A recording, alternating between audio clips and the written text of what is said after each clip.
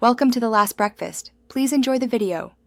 You start by verifying consent. This protects you and the other person. Once permission is granted, pick an official route, built-in sharing, or a well-rated app from the store, because those respect privacy and updates.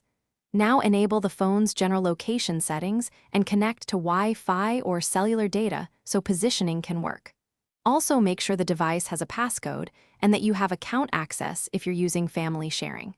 These first actions set a lawful, stable foundation before you continue. Next, sign into the chosen service on both devices. Family features typically require linked accounts so locations display reliably.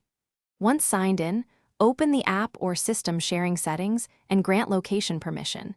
Pick precise location and allow background access so updates happen without opening the app. Make sure visibility or sharing toggles are turned on for the contact you'll track. If the method uses periodic updates, set the desired frequency within allowed options. This keeps data timely while conserving battery. Finish by confirming the device reports location to your account and checking that positions are accurate on the map. Ask the other person to verify.